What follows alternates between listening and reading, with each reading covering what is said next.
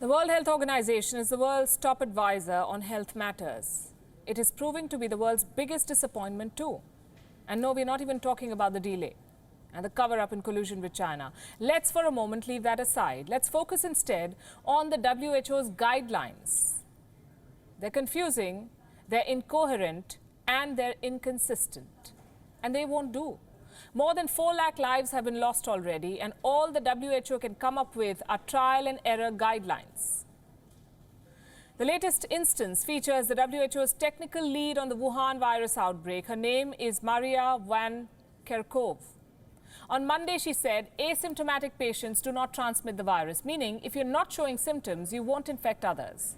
On Tuesday, she said asymptomatic virus carriers can infect others. Listen to this.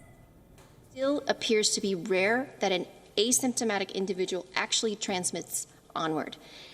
What we really want to be focused on is following the symptomatic cases. I don't want to get too technical, but that we do know that some people who are asymptomatic or some people who don't have symptoms can transmit the virus on. It's not too technical. Either they transmit or they don't. Just to clarify, asymptomatic carriers are those who are infected with the virus but do not show any symptoms. Now, some estimates say that nearly 40% of the global population is infected, but they don't show any symptoms. The question is, can they infect others? And no one can say for sure at the moment.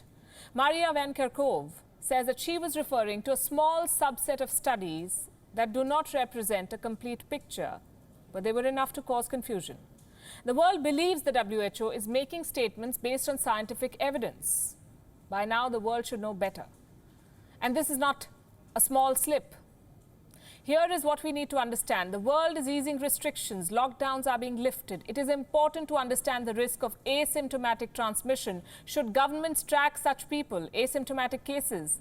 The WHO does not have an answer, and this is not the first time they've done a flip-flop on guidelines. Remember what the WHO said about masks.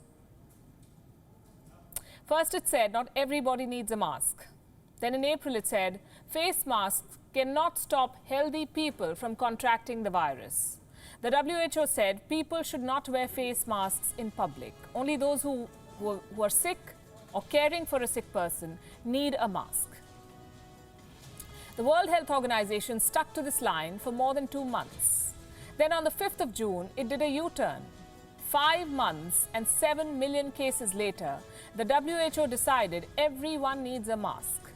Everyone should wear a mask. The advice has come too late. And thankfully, governments around the world did not wait for this advice. Long before the WHO figured it out, more than 50 countries had already made face masks mandatory. In each of its briefings, the WHO says this is not the time to drop the guard. But throughout the pandemic, it has failed to help fortify the guard.